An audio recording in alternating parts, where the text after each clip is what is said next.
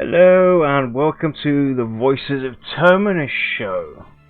We've been on break, but we got dragged out of it. Didn't As we, always. Lex? As always. As frickin' always. Although, as much as I complain, I really shouldn't, because if something's going to pull me out of vacation, it might as well be Pantheon. Exactly. So I'm joined by Lex today. We decided we're going to do this short recap stream, and talk about some of the stuff, some of the changes that we've seen. That will be hitting, hopefully at some point pre-alpha when that comes up, and things that we can look forward to. As we know, the devs have been very busy in the background for the last couple of months, working on Project Faithar, which is their big next step that they're aiming to get out. Which is going to be their reference zone, more or less. Before we dive into this stream that happened with VR and Cohh, Project Faithar is basically what they call their reference zone or reference piece, which will have all the mechanics that the game's going to behold from A to Z. Be it crafting, be it all the class abilities, movements, acclimation system, environmental system, etc., etc. All of that's going to basically be in there for them to reference out when they go to conventions, promote their game, and when the streaming program comes, people will have something to talk about and show off and promote the game in a much better way. But today, they sat down with Cohh and ran through Haunir's Cave and showed off ways that the dungeon itself interacts with players. They have like their ambient, or their, I think was it ambient encounters? Is that what they were called? They had ambient mobs. Ambient. By mobs, the way, right? your date is wrong on the stream. My what is wrong? Your date is wrong. Say again, my what's wrong? Date. My date's wrong. The post VR recap is not 8/25, it's 4/25.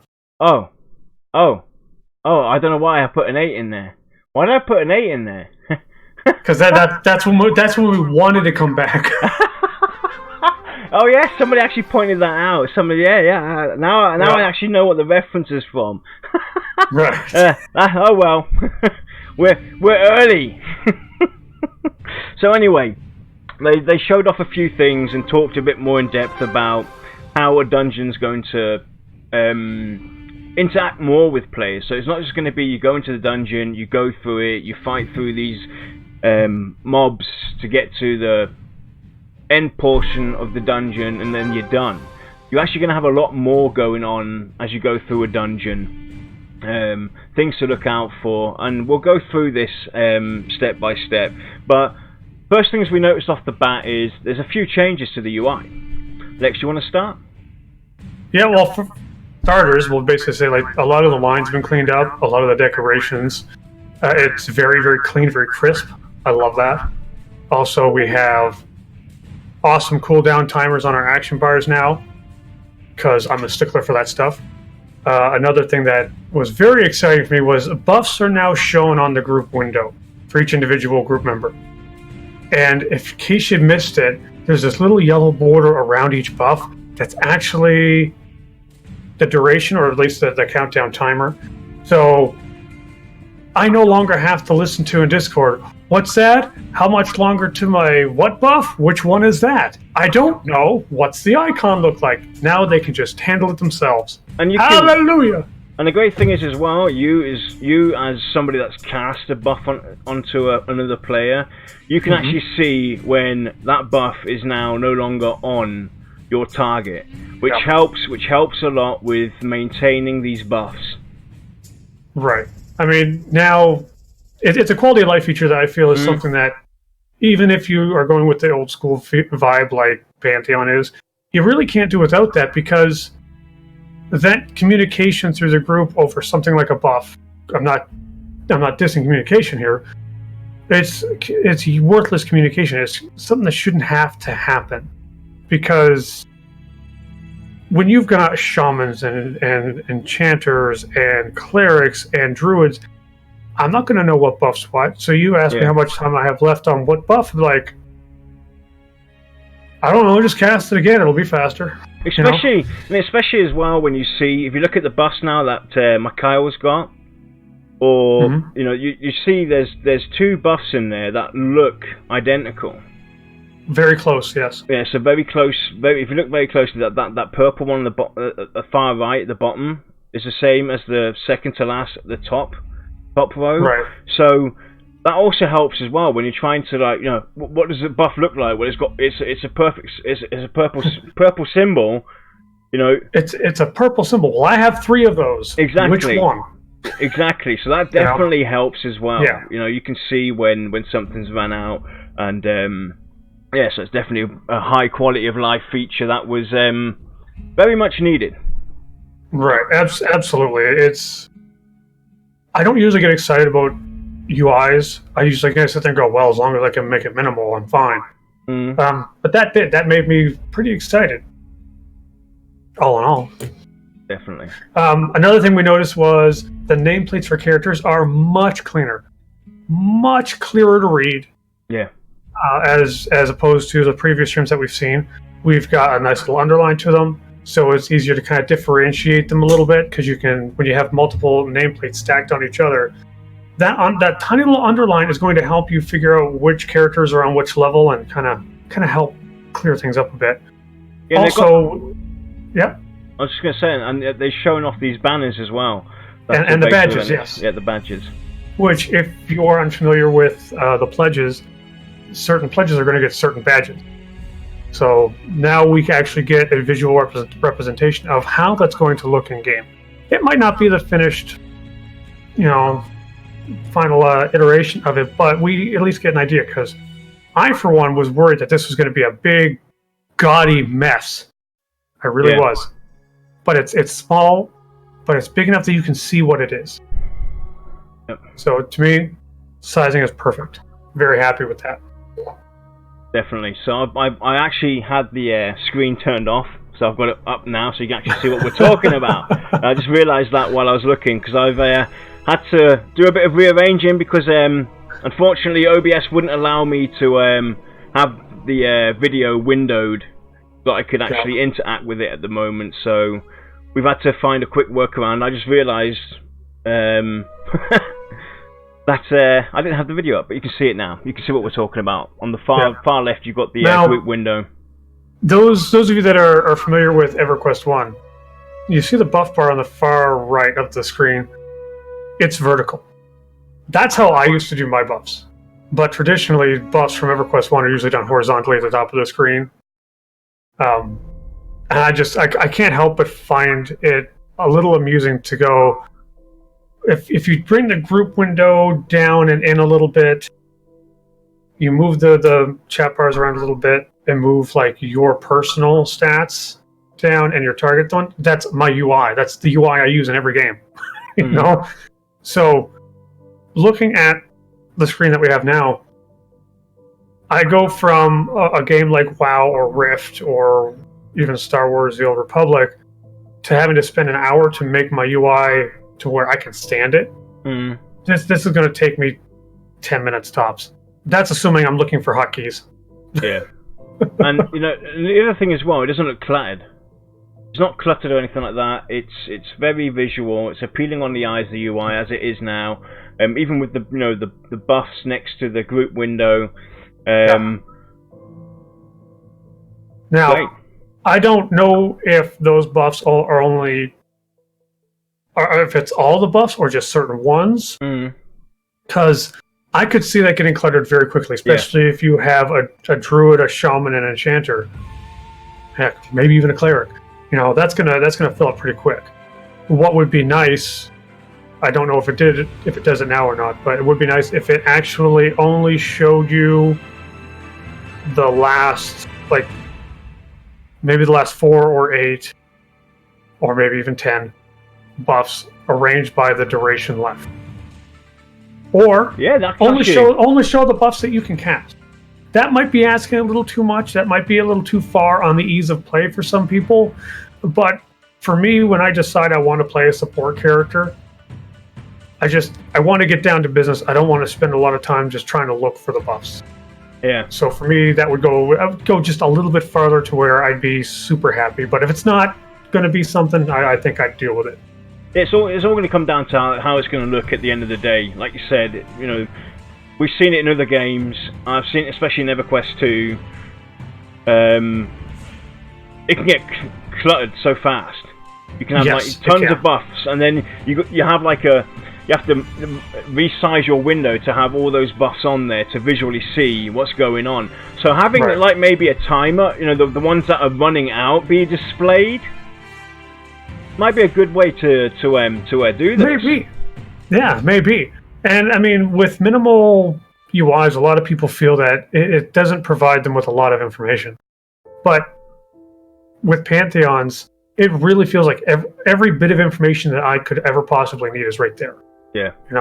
My cooldowns are there, my buff cooldowns are there, even the debuffs on the mobs are on the mob nameplate, which to me is great because now I can see what's affecting which one visually.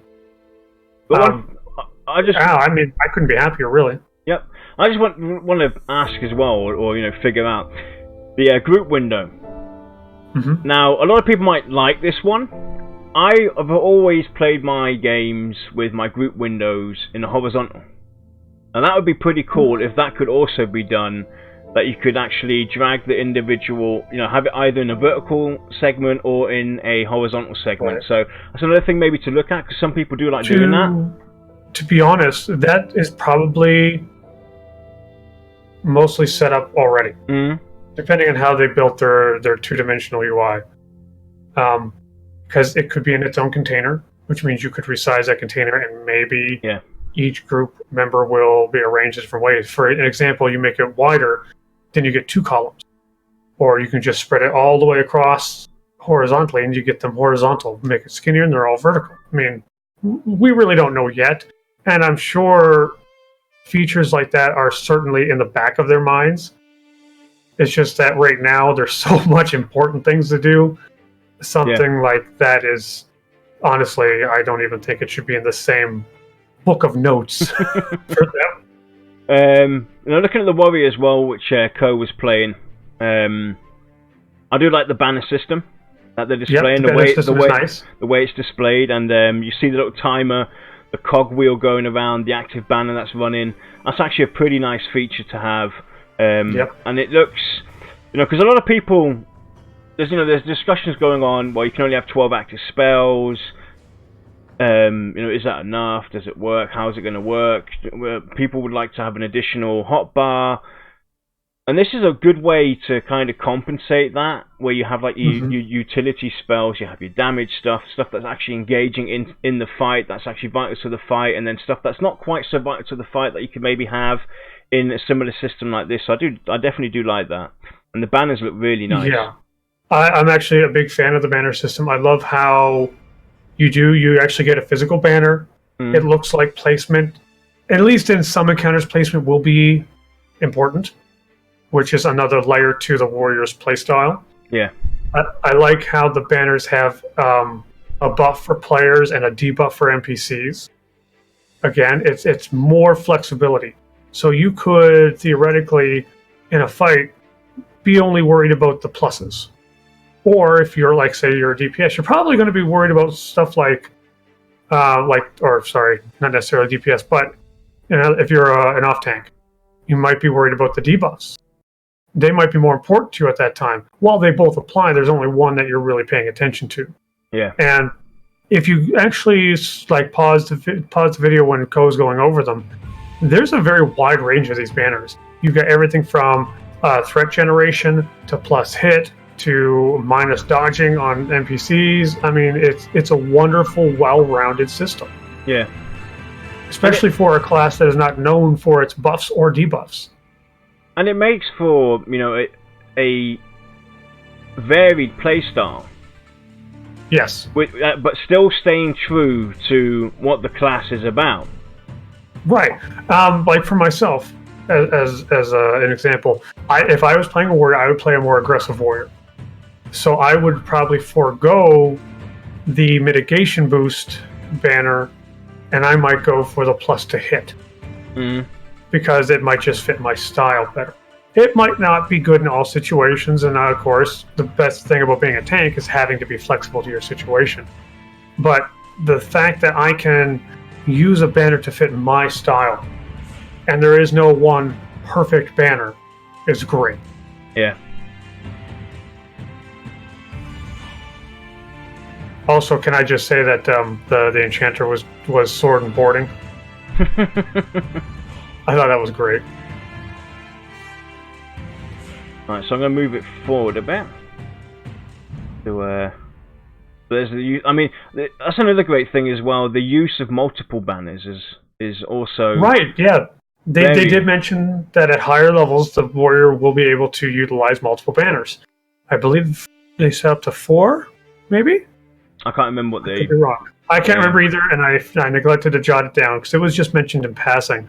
Yeah. But again, that's a new level of play at the higher end. Yeah. So many of these MMOs, once you get to a certain level, like say level 20 out of 50, then that's the gameplay. Yep. And you're basically rinsing and repeating all the way to end game and through raids. And you can see it now. It's got like 3 different ones going now. Right. Well, yeah, but I 4. think there, was there? But 4 is said in chat. Yeah. There was multiple warriors in the group too. Yes. So it might have been Eridune's birthday banner extravaganza. Yes. Which, by the way, Brad, happy birthday. Yes, exactly. Happy birthday, Brad. It has been jotted down, and you will never be safe again. Another thing that I want to mention is when you're watching the group go through this lower section of Halner's Cave, I'm assuming it's a lower section, the ghost, the transparency for the models is a lot softer now. They fade in and out. It looks amazing. If you remember in previous streams, the ghosts were very jagged, very bright, and with mild transparency. And it was kind of like a cheap ghost effect. But now they actually, it's almost believable that these are ghosts. If you look at the screen now, I've paused it. You look at the Ultharian Blasphemer on the left, the right one.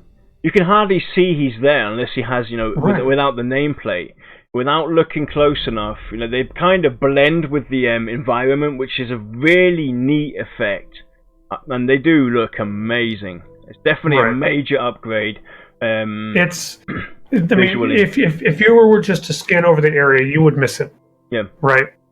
But if you look at it, you can see them. You can see the faint outline of something. Right. Even at a distance, even without a torch, you could probably see it. Like something's there. Yeah. Which just kind of adds to your.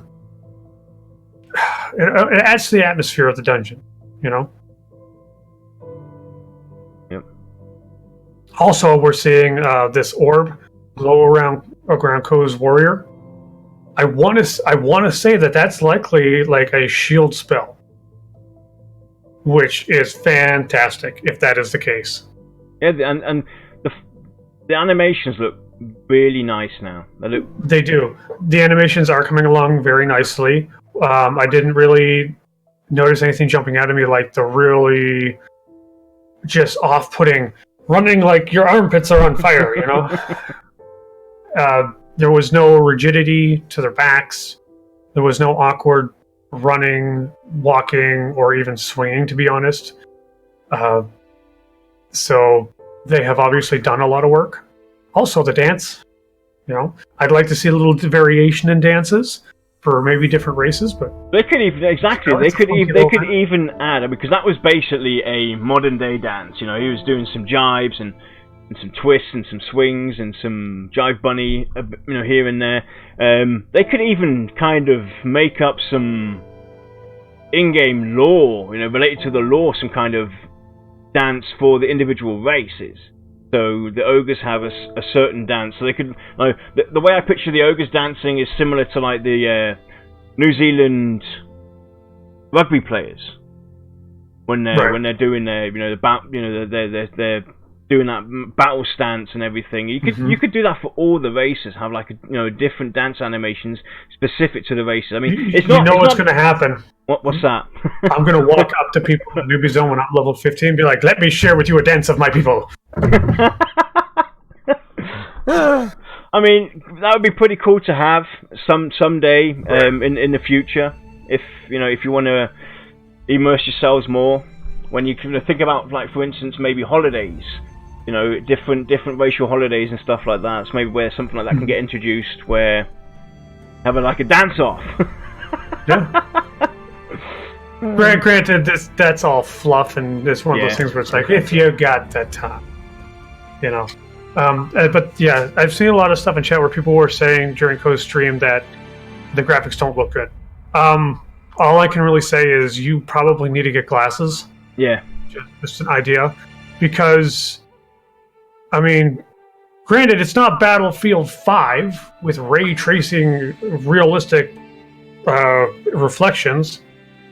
But to be honest, I play games to get away from reality, so I'm pretty sure that if I felt like I was in this dungeon, I would get so paranoid and be like, I'm done. The question, it's really hard to figure out some of these comments, like the graphics, they look terrible. What are people expecting? It's really, the game's not done. First off, the game's not done, but still, in this state where it is now, the game looks visually beautiful. Right. It does. I'm the last person to usually praise graphics because I'm so sick of these games that are all glitter and no guts. Mm-hmm. But while Pantheon Rise of the Fallen will not ever be #1 groundbreaking graphics, if you care only about graphics, then you should be you should go outside, and do something other than video games, because that's the only place you're going to get realistic graphics.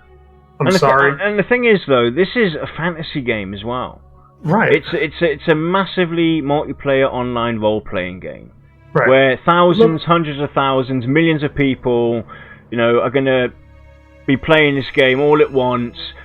So, there's always going to be some level of cutback. There's only so much you can do, and if we look at the game now with the visual animations during combat and the whole interactions with combat and what they're going to be doing further on, that's a lot of stress going onto your system. All I can say to the community right now is that when you see someone complaining about the graphics or saying that the game's vaporware or a scam or whatever, the best thing to do is to ignore them, because A, they obviously have no idea what they're talking about. Yep. Period. B, they're just trying to get a rise out of people, and if you confront them, you're basically saying, "Hey, I want to play your game," and you're not going to win. It's just the way it is. So, if you're happy with the graphics, if you're happy with the progress that's being made, let those people whine and cry. Okay, don't let it bug you. Yeah. When I'm watching a lot of the streams, honestly, the best thing for me to do is to just go full screen, not even pay attention to any chat. It's just the way it is. Because forward. No matter where you go, there are those people that just want to cry because they're unhappy people. Let them be unhappy. So I do like the way the atmosphere as well, the fog in that room where they obtain the key. Cohh goes into it now, and if you look at the, hang on, quickly. You get the slight mist in the room, which kind of adds this little ominous feel to it all. So it's like what's on screen right now. Cohh standing in front of the candle, the fire, the flame. But you see the back room there with the fog, the way that's coming out. Looks very mystical, mysterious, dangerous, it's frightening. It's ominous is what it is. I also love how when he looks up, the ceiling kind of disappears in the gloom. I gotta say, I love how that blaspheme just kind of sits there. Do-do-do-do-do.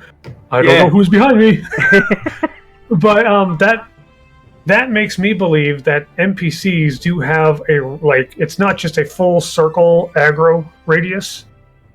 It might be more of oblong to their field of view, which, if that's the case and that wasn't just some sort of glitch, I mean, kudos. That is great. That is one more step towards the immersion, because obviously where we saw it, that was a little extreme, but it means that you might be able to sneak by some mobs that are, say, patrolling or whatnot. Yeah. You know? Even though you're not a stealther. So they basically go into this back room after they've, taken down the named encounter, and Joppa talked about ways to engage, how the dungeon itself is going to engage with the players as well. And this is one of the situations where that is going to happen. He mentioned, though, that this will be done through perception. And he said it was part of a perception quest line. Yes. I think I know what one, but I don't want to spoil it for anybody. But you'll see visual identities in dungeons like this, where you'll be sitting there going, oh, how do I get there?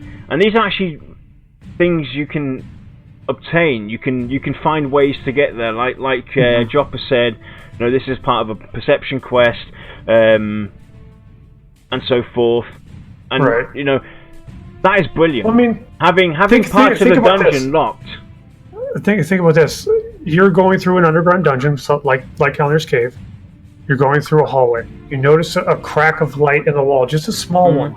You go into first person, you go up to the wall, and you look in, and you watch some guy sacrifice somebody else. Or maybe you see a good NPC who plays like a rogue, goes in and assassinates somebody, and you're just like, oh my god, guys, what the heck? Yeah. You don't even necessarily need to get there. It's more of what's happening that you don't know that triggers this sense of immersion in you. Mm-hmm. That you just there's no other way to really describe it, because you see something that you're just gonna lose it. And the thing is, though, as well, this is really exciting to have, a dungeon. You go in there time and again. Now, you can't get there because you haven't, achieved a certain step or, figured it out yet. But you can once you've done it. And then you go in there and it's something new something new that's revealed to you, and so forth. I love that, having something new to discover every time I go into this dungeon. It's like with Black Rose Keep, having that on, multi-tier levels. And go on. I just had a thought with the whole crack in the wall thing. VR, you can use this, all yours. You look through the crack, and the eye of some creature is looking back at you. Yes, you look through it, and then it skitters off. That would be so cool. I imagine. The first time, I think I'd get away from it. He said, nope, I'm done. I'm sorry. Imagine that now, right? On the screen, you see the stream, you're looking through this crack, you're trying to figure out, you're trying to look around the corner, and after a few seconds, this eye just pops up, and the screen goes dark, you got this eye looking at you, and then it runs off. Oh, dude, that would be so epic. I mean, you could pretty generic and be like, it's the eye of a dragon or something, right? And then all of a sudden someone remixes Eye of the Tiger. But I mean, it's things like that where it has a chance to really take you by surprise, and it's not what you expect. Like, no, you wouldn't expect to see this area that we're being shown right now. Because I mean, look at Cohh. Right? I've got the screen going nuts over it. He's going nuts over it. He's really examining. He's looking at it. I mean, just imagine now if that eye just pops up. Boom. Yeah, or just a character's face pops up in front of it, like, hey, who's there? Like, oh my god, I know it's a bit of a jump scare tactic, but there are places where that would be very effective, especially in an underground dungeon. And it's definitely very intriguing to see, what that's definitely something I'll be keeping my eye on. Yeah. But I mean, these little hidden sections that are part of something else, they really make you want to explore, to find out what they're for, to find out how to get there. Yeah. And honestly, the only time I've ever experienced that before would have to be, to my most recent memory, is Guild Wars 2 with the jump puzzles. You see something like, how the heck do I get up there? And you feel like you figured it out through the jump puzzle. Yeah. This, it feels like it's going to be something that's very similar. It's just a puzzle you need to figure out. And this is also another great way to keep people engaged, you know, throughout time, because they could just come up with new areas within this dungeon that, you know, all of a sudden there's another crack in the wall. And now this leads, you know, to something even more dangerous for the higher level ups. So they can update their game and utilize the old dungeons to bring people that have, you know, of old back in there to go and discover something new. So, and you know, that's what's really intriguing to me, is that they're really going that extra mile to think about stuff like this. And what was that? Something just happened. Yeah, I don't know what that was. So before we carry on, I'm gonna he's mad. So another thing that's changed as well is the spellbook. Yeah, the spellbook, it's much, again, it's cleaner. You know, it looks like it's had a chance to be polished a little bit. I love the fact that now I can sort things. It looks like you can search for specific things as well. Yep. Which is going to be amazing for the spellcasters that have just tons and tons of spells. So I'm guessing that the red and the blue is active, passive, maybe? That is a good possibility.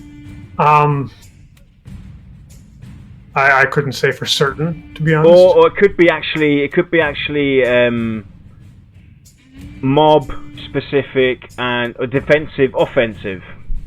Right. Okay. Because, so maybe that's it. Offensive and defensive. Yeah. Because you've got like shield block, which would be a defensive spell, and then you've got bash, which is an offensive. So by the looks of it, it's sorted by offensive targets and defensive targets. It's easy to identify what is an offensive spell for you and what is a defense. So what's a spell that you would be using, and what's a spell that you would use on an encounter?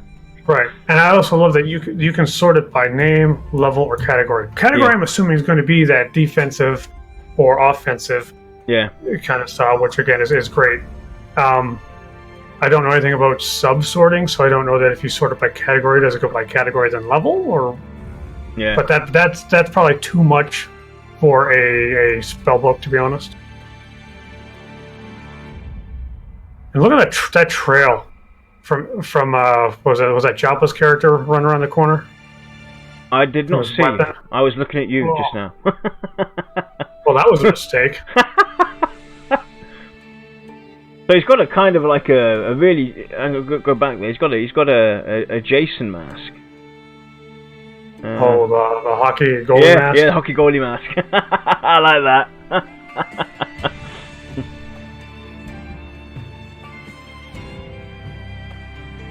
I always thought they were called Dawn Stalkers. I did not see that. That's the first time I've seen it drawn, Calibilis. Huh. I thought they were called Dawn. Yeah. So this is where they talked about basically obtaining keys to unlock certain areas in the dungeon, and this is a way they're trying to combat the lack of instancing, and the problem with people flooding a certain named encounter. And you know, although there is still potential for zerging or you're still going to have people fighting over, because like say right here where they're in the hallway before the boss, you could have another group set up ready to go. You know, there's still that chance that someone else is still going to have the key, because I don't know if it's consumed, which key is activated from your inventory. Heck yeah. They could come in and technically just bypass you. I mean, there's still that chance for confrontation, but I think that's not necessarily a bad thing. No. I mean, the competition is good, but it will also come down to how we, the community, choose to police ourselves. Yeah. If you want to be a jerk and just completely bypass them, then you can't get mad when someone does it to you. It's just the way it is. But it's very, at least they're giving the thought to it. Having no instances, how they can help with certain situations. Even though there's still that risk that, like Lex has already said, people zerging by and rushing by or whatnot because they've also obtained the key. That's a minimal chance that is going to happen. But like I say, competition is healthy as well. But it's very nice to see the environment take care of this for us. Mm-hmm. Yeah, I mean, the key is one way to limit a large crowd, because let's assume that the key is permanent once you get it. That means that you will theoretically be at the level where you're ready to take this guy on, because you managed to go take on that mini boss and get his key. So right there, you are worthy theoretically of being able to have a shot at him. Whereas maybe like someone who's lower level or whatnot, or just a high level coming in just for shits and giggles, can't just run through and destroy everything and then run out. Well, don't forget they also mentioned as soon as you engage him, he's got his script and everything. That wall comes down, and then that's it. It's locked until that encounter is dealt with, or you've been killed or whatever. So there's still that secondary measure.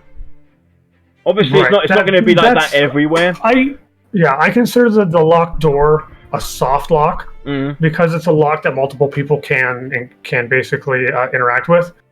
The door I consider more of a hard lock, because once it's activated, there's only one or two things that's going to happen. You're either going to win or you're going to die. And this is also another great way to bring that immersion. Say, for instance, now nobody's ever played Pantheon, seen any of the streams or anything, right? They play it for the first time, they go through Halnia's Cave, they obtain that key, they come back here, the wall's down. They're like, nothing here. Right. They wander off. Right. At some point they come back, and all of a sudden, this wasn't here before. Right, what's going on? Exactly. But I'm the only thing I'm concerned about is that closing wall, it might begin to feel overdone after 6, 7, 10 boss fight. Yeah, it doesn't necessarily mean that it's going to be like that for every single boss fight. No. It'll come down to VR's team to make that closing of the hard lock to be less tedious, or at least less monotonous to us. Because I mean, you see just a door close every time. Eventually, it'll be like, oh look, I see doors. It's going to be a boss fight. There's plenty of stuff that they can do. They can have magical barriers, really is. Flames. There's barriers, fire. You could have the floor fall out, and it's a big circle. Exactly, you can't carry on. There's a lot of things. I was just kind of worried that it might be overdone, or it might feel overdone after a while. Yeah, but I'm pretty optimistic and pretty sure that will not be the case. That we won't just see the same lockout procedure time and again. They'll think of other ways. I mean, I would also love to see something like in a dungeon like Halnia's Cave, for instance. Let's say now we bypass somehow. We bypass and I don't know how you would do this, but let's say for instance now we cheat our way into the next area that we should normally be able to get in. We snuck in with other people. Let's say for instance now it's tied to a perception quest or whatever. I would love to have like traps as well and stuff like that happen to us. So you run by, you've cheated your way by smuggling yourself into there, but you haven't got the knowledge or anything like that. And now out of the walls left and right, you've got arrows shooting out or pressure pads and stuff like that. That'd be so cool, like Indiana Jones. Oh yeah. I would like to say as a side note that when we saw Brass's character dancing, I don't think there's a limit to how much I would pay to see her try to do that dance in real life. Brass, do you accept the challenge? Jopper's actually done this, and he achieved it. And what would you do? What would you do as a counteract if Brass were to try and do this and prove you that she's capable? So I have to think of something to bet, huh?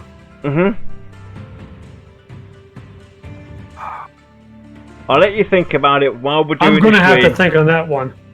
And, because let's put it this way: I can't offer to do it myself if she can do it, because white boy don't dance. I'm sorry.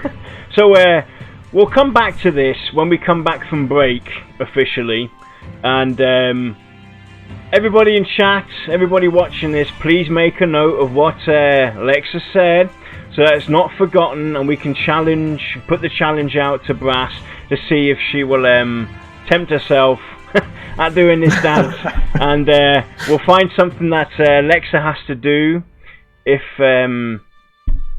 she succeeds, which I'm pretty sure she can. I don't know. We'll see. So here's this boss. All I'm going to say is, in game, that dwarf's got some moves. Yeah. But yeah, this boss fight was incredibly interesting for me. A lot of really neat stuff, like the voice-activated triggers, or I should say voice telegraphs, more like it, which to me is preferable over ground spawn telegraphs, because you still have to pay attention, but it's not so in your face, here's what's going to happen, Yeah. So I love that. If you watch the fight, you'll notice there's beams of light coming from, what's his name, Nashura? Yeah. It's like a multi-target, single-target spell where it looks like it was a dot and a slow. Sometimes it hit 2 people, sometimes it hit 3. I think it hit 4 at the most.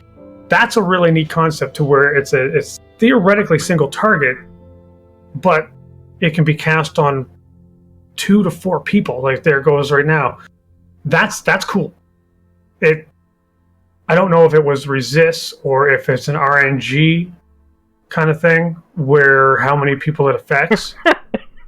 But either way, I think it's a nice little change. I just got to take this now. I got to turn this into a mockery. The Care Bear stare. What about the Care Bear stare? That's what it looks like. Oh no, it doesn't. No.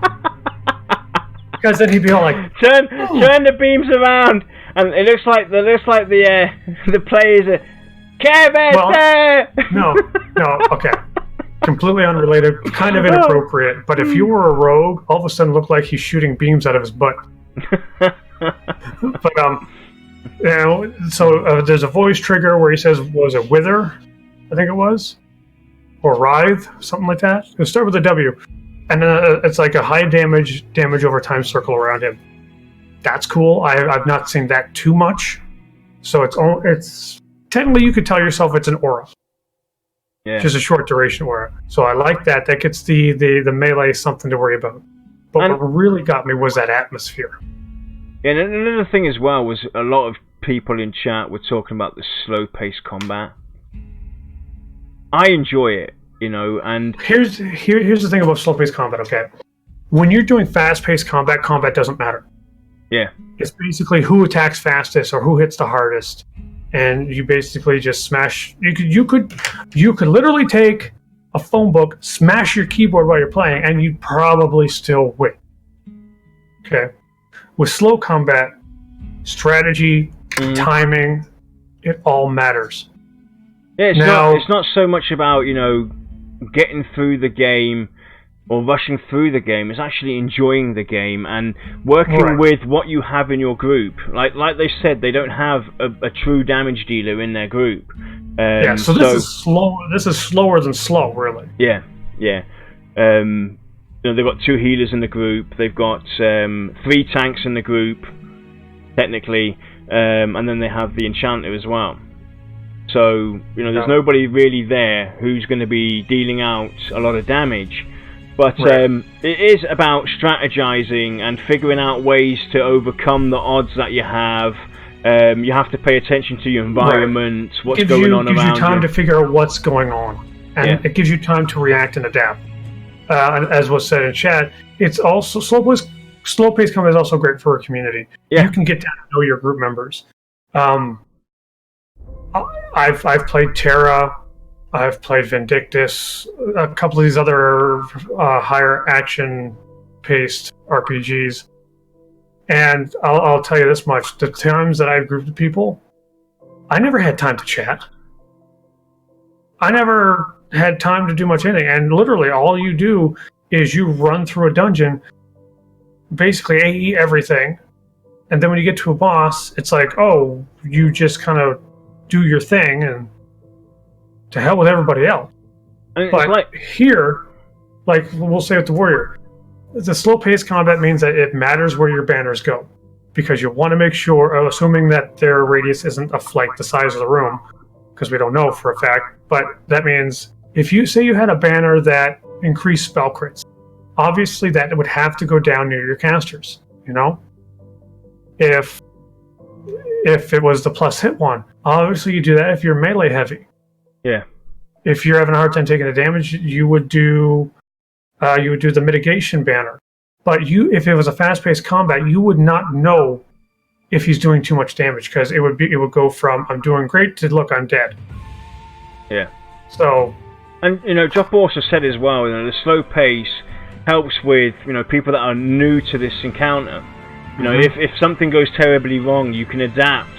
You can you have time to figure stuff out and rearrange yourself, and take notes and actually learn about what's going on, rather than just rushing in there, looking at what the encounter's doing, moving out the way, beating it down, and off you go. You're done. Right. Now, a lot of people would, at least to me, they've argued in saying that, well, slow-paced combat isn't intense. Well, when it takes you 3 minutes to kill an ad, and that ad hurts, when you, or just to say with trash, sorry, so it takes 3 minutes to kill trash mob. When you get an ad, that sucker's going to hurt. That is a big deal. You get 2 ads, you are literally passing bricks through your intestines. And because that also you are freaking out. And it also adds to that challenge effect as well.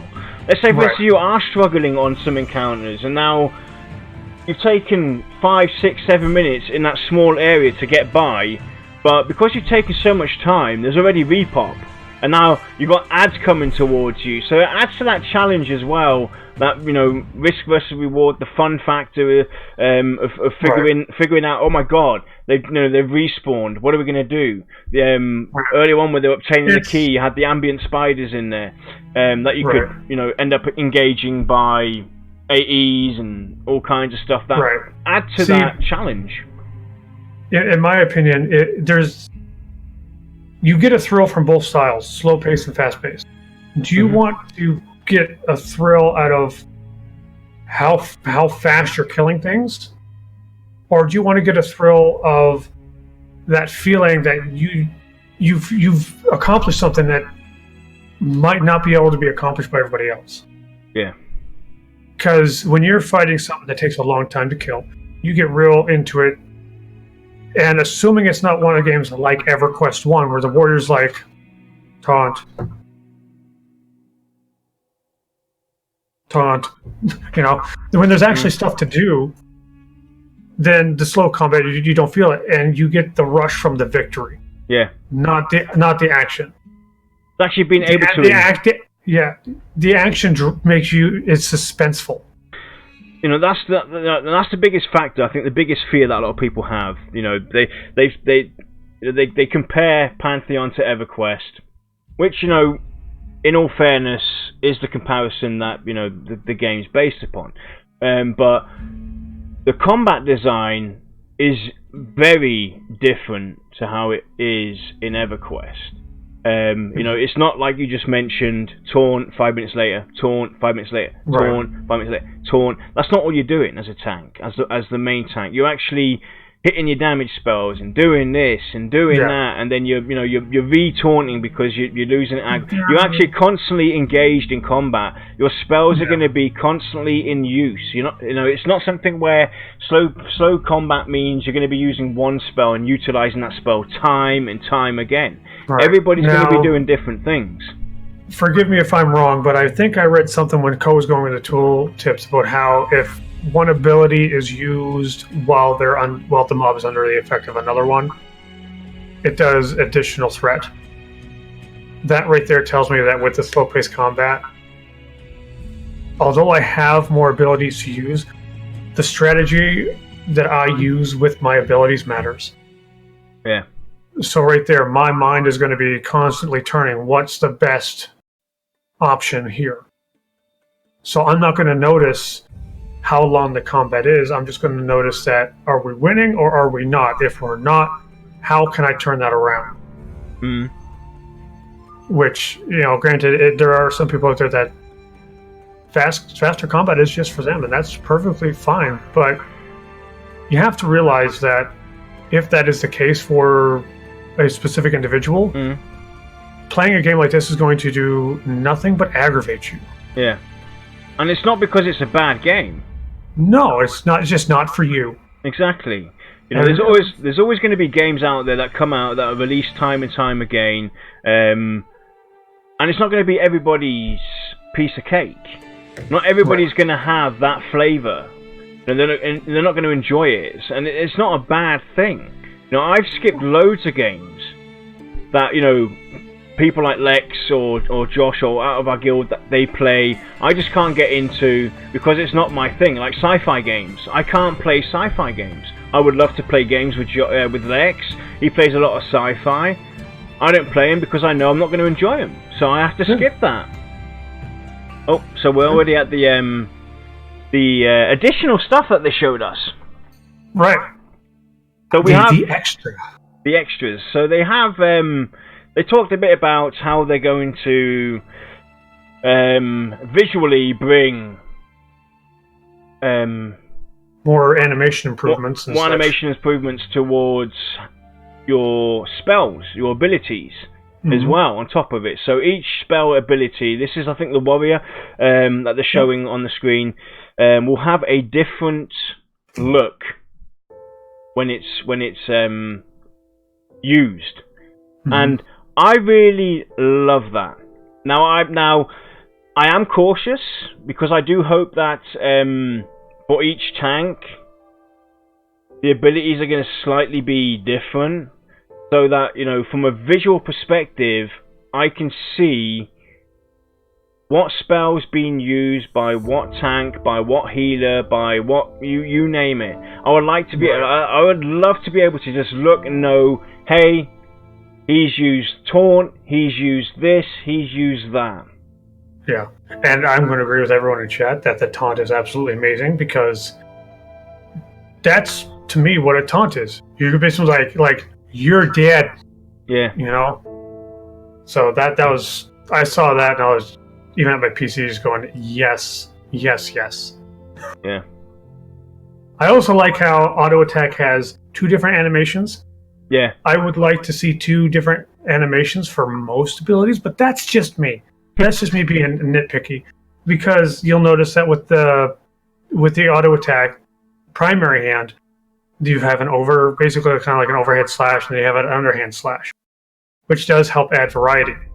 But then with your offhand attack, it's the one attack, which if you're not ambidextrous, it's kind of hard to do a lot of different things with your offhand, but that's not the point.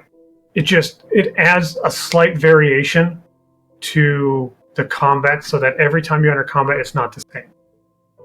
Even if you just auto attack and step away from the keyboard, it's going to look different, and that variation will make you feel like it's a sword fight from a modern movie versus a sword fight from like a 1981 movie, where they're like This also kind of touches on the action combat as well, because your PC, your player-driven character is actually animating. Right. There's a hoodie cat. Shadow. Yeah, so it's definitely really nice to see this, that they're taking the steps for having different animations for your different abilities or skills, and I hope that they do carry this on, and that each class is unique. Yeah. One thing I will say is those animations that we're seeing now look very smooth. They don't look awkward. But now we're into the climbing one, and I need to take the awkward back for the shimmy ones. Because, I'm sorry, when you come to the shimmy ones, it looks like very uncomfortable. Lex, well, I'm having a bit of audio issues at the moment. Okay. You're robotic. I am.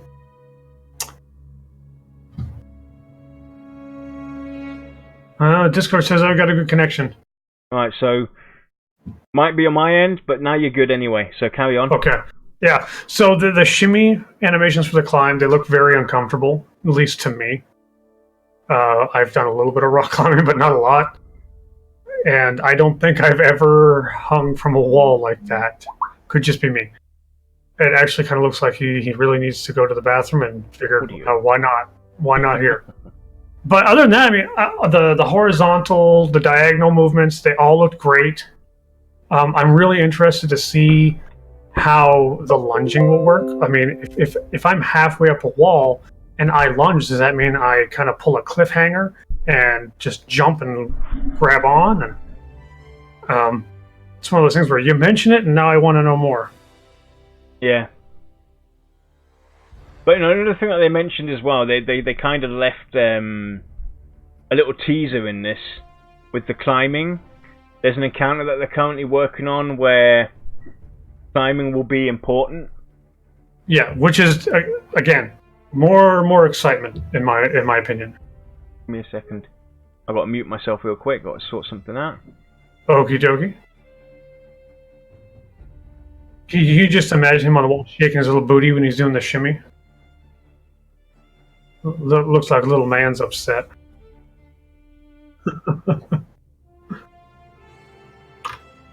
But yeah, I mean, if you remember when they went back to Amber Fate and they were doing their very first wall climbs, it was pretty rigid. It kind of looked like they were walking up a ladder nonstop.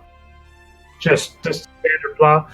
Even adding these animations as they are now is going to go a long way to making you feel more in the moment. It's going to feel more like you're actually climbing the wall. Female character shimmy is going to trigger someone. Probably. I wouldn't doubt it. So I'm back. I mean, it's okie dokie. Had to aid my little one. Yeah, that's all right. No, I was just saying that even the animations as they are right now, obviously there's a little bit more work to do on them. Yeah. It's going to go a very long way to help with your immersion.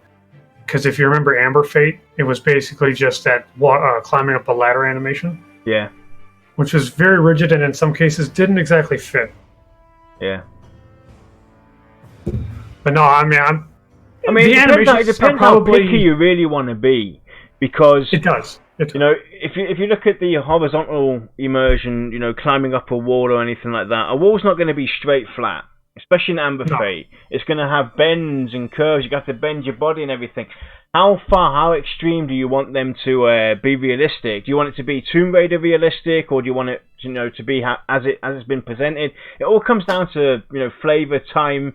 You know, how much time do they have to involve in that kind of development area? Oh, that's the next one, which we'll get into in a minute. We're still talking about climbing. Yeah, because it's like, you know, the shimmy. It might look right in the context of where it's going to be. Yeah. We don't really know because it's on a blank wall, so all you see is someone hanging off a wall trying to take a dump.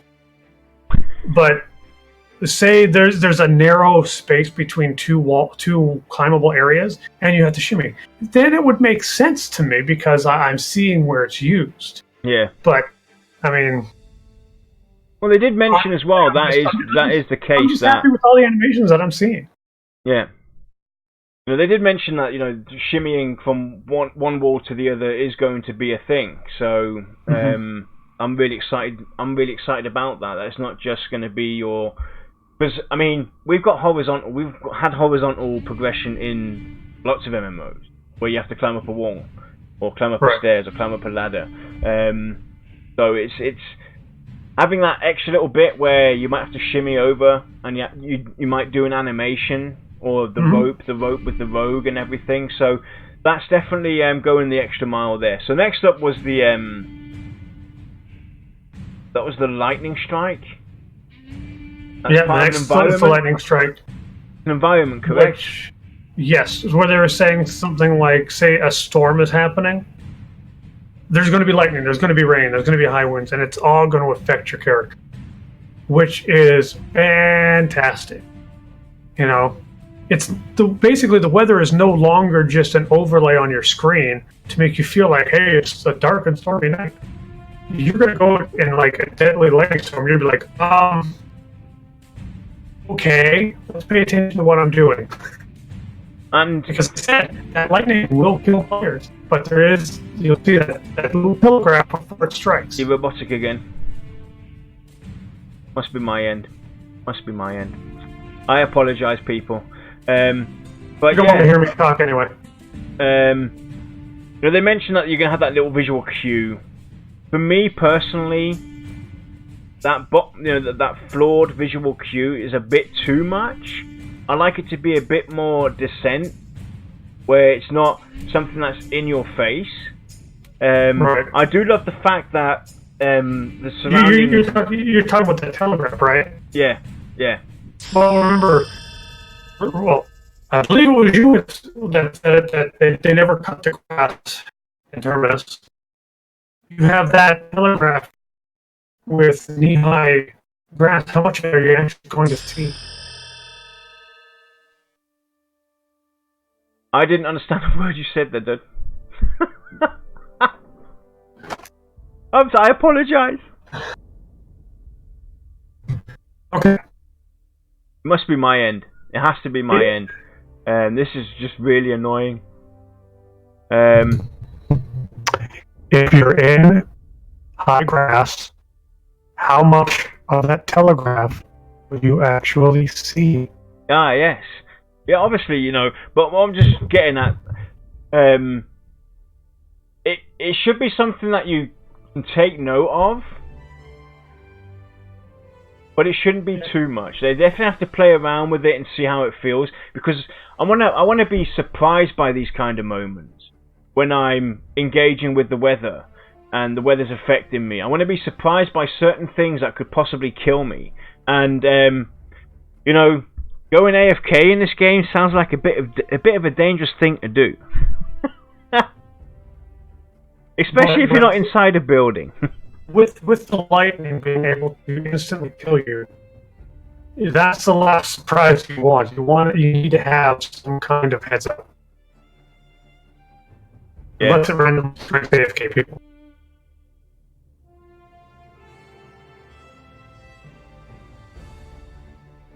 Right.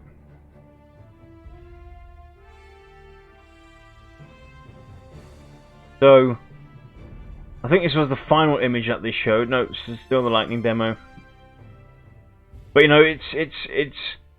it's very nice that they've given thought to how the environment, the world, the weather can affect you. And this is just one example, the lightning. Next up was where they're talking about this this lightning zone. glass. The lightning glass, exactly. And wow, oh my god. When they talked about this, I was like, this is what you call immersion. Now this is connected to some kind of, I think, a zone of sorts, or an engagement of whatever. When the lightning strikes, it basically freezes up these pools and turns them into lightning glass or whatnot. If you don't know what lightning glass is, look it up on YouTube. It's actually really cool. And they also gave out a little Easter egg as well, that once they've all been struck in that zone or that area, take a closer look. Yeah, something might be caught inside when it's solidified. Exactly. Which makes me wonder: is it going to be like a mob or a predator, or is there actually going to be like resources you can get from them? That's what I was thinking as well, like special resources from them. Something like that, or kryptonite. Let's not talk about DC, because DC is loaded. I'm just saying. I know. I'm just kidding, crap. So, but and they all look different. they've taken different variants of how they're going to look, but this is cool, and I hope to see this throughout the game. Now, this is the one where they left. Go on, Lex. I'll pause this now before we carry on. I'll say it would be very nice for a game to finally bring the environment into the gameplay. Yeah. Because up until now, your environment has basically been a cardboard set that didn't really mean much of anything. It was kind of just like the carpet that you're running on, or the treadmill that you're running on.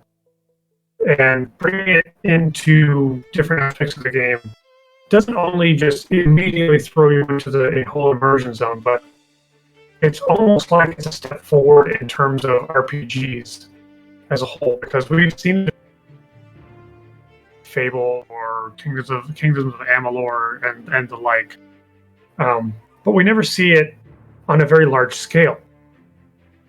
So when you bring something like that into an MMO, we're talking like massive scale. Yeah.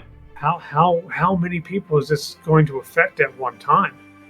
What is that going to do to the community? What kind of rippling effect will that cause between you and your party member? Yeah. You know, it's certainly going to be a springboard for some interesting conversations. Now, I do hope that with the weather affecting us in this form and fashion. Now, a lot of people most probably going to disagree or not like this idea, but having floods, for instance, where you can't get to a certain area, have lands that are swamped all of a sudden where you can't progress. Now, this is the kid inside of me, the guy that wants a full immersion. I would love to see something like that happen, where for a certain period of time, maybe I can't progress on a certain quest because I can't get to that certain area because of the weather effect in it, making me have to think about other things to do. Now, obviously, you can't exaggerate on this. It has to be done. It would have to be done in limitations. Maybe through dev events or world events or something like that. But I would love to see something like that where the weather affects us so much that certain areas might be cut off to us at this point in time. Because of extreme weather. I know we've talked about this on a previous show. Actually, I think twice. Yeah. And I'm sticking to my guns. I'm going to say it's a great idea. There needs to be alternatives. Like, say, a bridge is washed out, there needs to be another way to get across the river. And it also greatly depends on the frequency of something like that. So while the environment and the atmosphere of a zone will certainly impact your play, it needs to be one of those things where it's not going to happen all the time. Yeah. It needs to be special.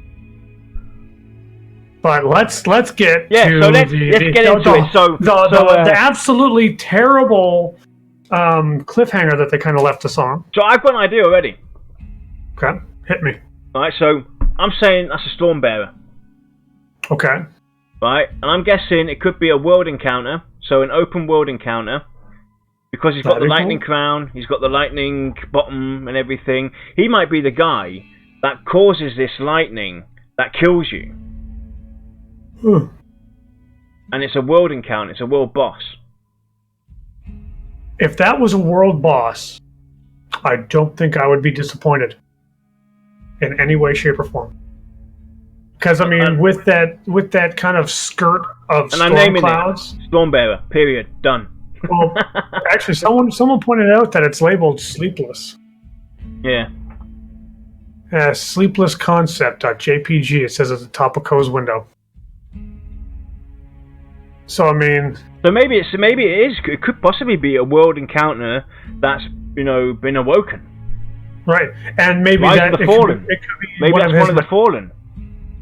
Maybe, but I mean that the whole lightning could be part of his encounter, but it's zone wide. Can you imagine that? It could also be a environmental encounter, something that's bond to the environments itself. So this is part of the a lightning environment. This might be something that sleepless might be something that you engage when a certain environment is around. Yeah, like definitely they'll only be around during a thunder and lightning storm. No, I can't wait to see this mob modelled and in the game in its full flesh, because the concept art looks really intriguing. It's got me really excited the way this guy looks, and I can't wait to see that transformed into a visual NPC, into an in-game asset. Yep. That'll be nice, because I mean, you add the lightning kind of like moving almost like from a Tesla coil around his little skirt and his crown. You add like a crackling effect to just being around him, and I can see the first time people just being completely in awe of this character. Yeah. So, anybody in chat have any theories, any ideas as to what this could possibly be? We had one. Well, not necessarily, but the person that pointed out that the name of this was labeled Sleepless was asking, like, is there like maybe a nightmare environmental effect? I mean, I don't believe there is one, but it'd be a really cool kind of mechanic to add. But yeah, I think Day's probably pretty close to spot on here, where that's probably going to be the boss of a dungeon. We will Although, to be honest, you could blow him up a little bit and make him a world boss, and I'd be super happy. Or it could also be an open environment encounter. Right. Did he agree with me again? You're dreaming, Day. So, that concludes this show. We just wanted to basically recap what we saw, point out some of the things that we, that we noticed, and obviously you guys in chat noticed quite a bit as well. But we wanted to basically keep ourselves fresh, and we thank you, VR, for pulling us out of this very long break that we're having. I was absolutely hating all the sleep I was getting. To keep us fresh on our thoughts, and we will officially be back. We're still debating on how and when we're going to do this, because we're not quite sure. I put a tweet out, I think a week or two ago, that we will most likely be moving to a Saturday due to real life events that can't help us having to push it back to a different date. But this also helps out with the fact that a lot of people don't work on the weekend, so we can maybe pick up a broader audience and reach more of you guys. So we're most likely going to be back on the 18th, and that will be our Tavern Talk show, where we'll be going over the newsletter, everything that's going on in the community. So if you guys have anything, you content creators out there, have anything that's going on, make sure to send it to us, to our way, so we can cover it, put it out there, talk about it on our Tavern Talk shows. And it will still be the same time, 6 p.m. Eastern is when we will be streaming. So nothing on the time has changed, but the day will change. It's, I think, about 99% sure. Lex, can you confirm that? Say again. I was interacting with Day. It's a 99% sureness that we're going to be pushing to a Saturday. Yes. We're actually pushing to Saturday. I will come out and just say it. It's my fault. My local track, because I do RC racing as a hobby, they shut down Sundays during the summer season, which means my only option for racing now is Fridays from 4 p.m. till 1 in the morning. Because, who needs sleep?